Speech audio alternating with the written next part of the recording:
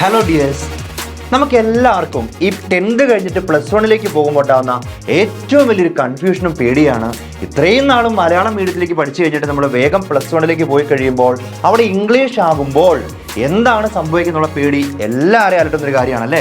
Even ഞാൻ വരെ പഠിച്ച സമയം എനിക്കും ആ ഒരു പേടികൾ ഉണ്ടായിരുന്നു. അപ്പോൾ അതിനെക്കുറിച്ച് കുറച്ച് കാര്യങ്ങൾ നിങ്ങളിലേക്ക് എത്തിക്കുക എന്നുള്ളതാണ് നമ്മൾ ഈ ഒരു വീഡിയോ കൊണ്ട് എന്ത് ചെയ്യുന്നത് ഉദ്ദേശിക്കുന്നത് അല്ലേ. Yes, okay. ഇപ്പം നമ്മുടെ റീജിയണൽ ലാംഗ്വേജ് ആണ് മലയാളം എന്ന് പറഞ്ഞൊരു സാധനം. അപ്പോൾ കേരളത്തിലെ ഏതൊരു +1 സ്കൂൾ എടുത്ത് നോക്കിയിട്ടുണ്ടെങ്കിലും അവിടെ ഒരിക്കലും ഫുൾ ഇംഗ്ലീഷ് നമുക്ക് പഠിപ്പിക്കാനായിട്ട് പോകുന്നില്ല.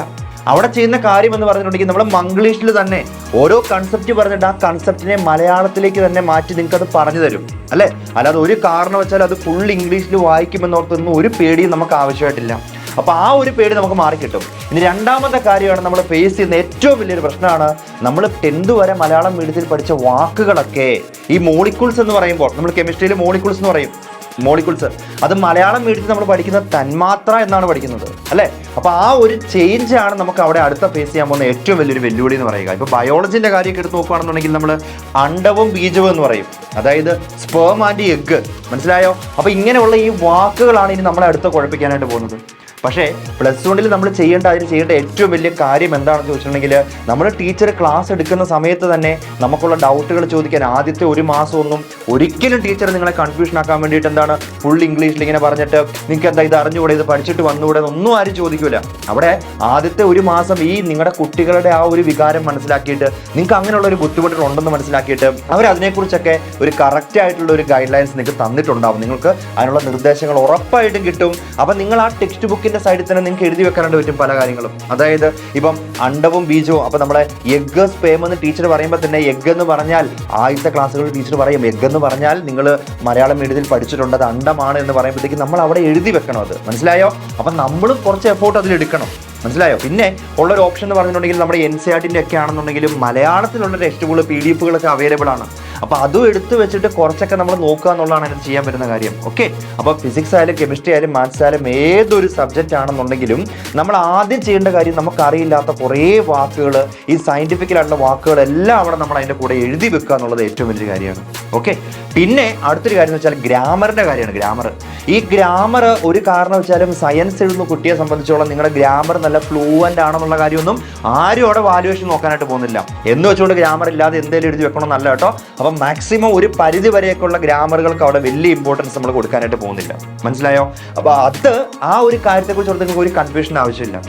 ഓക്കെ. പിന്നെ ഏതൊരു എക്സ്റ്റേണൽ സോഴ്സിനെ നമ്മൾ ഉപയോഗിച്ചിട്ടാണെന്നുണ്ടെങ്കിൽ, ഇപ്പം നമുക്കറിയാം ഇപ്പോൾ ഒരു ആദ്യത്തെ ഒരു എക്സാം വരുന്നതിന് മുമ്പ് തന്നെ നമ്മൾ ഈ ഒരു പ്രശ്നങ്ങളൊക്കെ ആയിട്ട് മുന്നോട്ട് പോയി കഴിയുമ്പോൾ ഇത് നമ്മളെ കൊണ്ട് കോപ്പപ്പ് ചെയ്യാൻ പറ്റുമോ എന്നൊക്കെ ചിന്തിക്കുമ്പോഴത്തേക്കും ആദ്യത്തെ എക്സാം വരും. അപ്പോൾ ആ ഒരു ടൈമിൽ ഏറ്റവും നല്ലൊരു മാർഗ്ഗം എന്ന് പറഞ്ഞാൽ ഒരു എക്സ്റ്റേണൽ സോഴ്സിനെ നമ്മൾ ആശ്രയിക്കുക എന്നുള്ളതാണ്. എക്സ്റ്റേണൽ സോഴ്സ് എന്ന് പറഞ്ഞിട്ടുണ്ടെങ്കിൽ നിങ്ങളുടെ പഠിച്ചിറങ്ങിപ്പോയ സീനിയേഴ്സ് ആവാം, ഇല്ലെന്നുണ്ടെങ്കിൽ ഏതെങ്കിലും ടീച്ചേഴ്സ് ആകാം, ഇല്ലെങ്കിൽ ഓൺലൈനായിട്ടുള്ള മീഡിയാസ് ആവാം. എന്താണെന്നുണ്ടെങ്കിൽ ഇത് എടുത്തിട്ട് നമ്മൾ ചെയ്യേണ്ട കാര്യം എന്ന് പറഞ്ഞിട്ടുണ്ടെങ്കിൽ അവിടെ നമ്മൾ അതിനെ വെച്ചിട്ട് നമ്മൾ ഇതൊന്ന് കോപ്പപ്പ് ചെയ്യാൻ നോക്കിയിരുന്നത് കുറച്ചുകൂടെ നമുക്ക് ഫാസ്റ്റായിട്ട് ആ മലയാളത്തിൽ നിന്ന് ഇംഗ്ലീഷിലേക്ക് കടക്കാനായിട്ട് പറ്റും.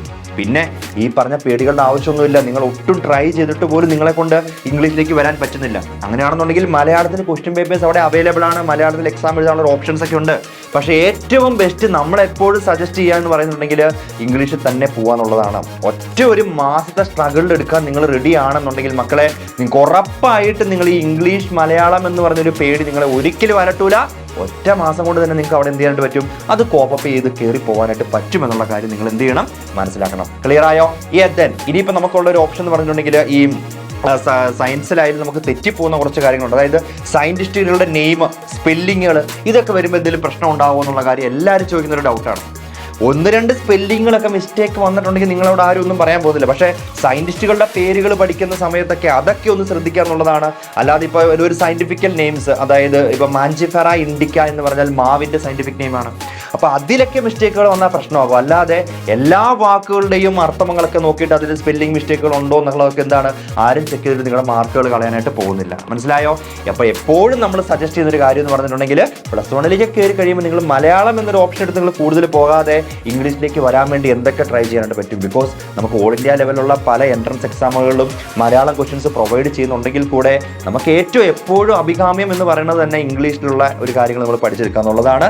ആ ടീമുകൾ പഠിച്ചെടുക്കാൻ ഒരു ബുദ്ധിമുട്ടുമില്ല. ഞങ്ങളൊക്കെ ഇത് ഫേസ് ചെയ്ത് വന്നവരാണ്. അപ്പോൾ എന്താണ് ആ ഒരു കൺഫ്യൂഷൻ നിങ്ങൾക്ക് ഇനി വേണ്ട. അതിനുള്ള എല്ലാ സഹായവും നമ്മുടെ ഭാഗത്തുനിന്നും ഉണ്ടാകും. അപ്പോൾ റെഡിയാണല്ലോ?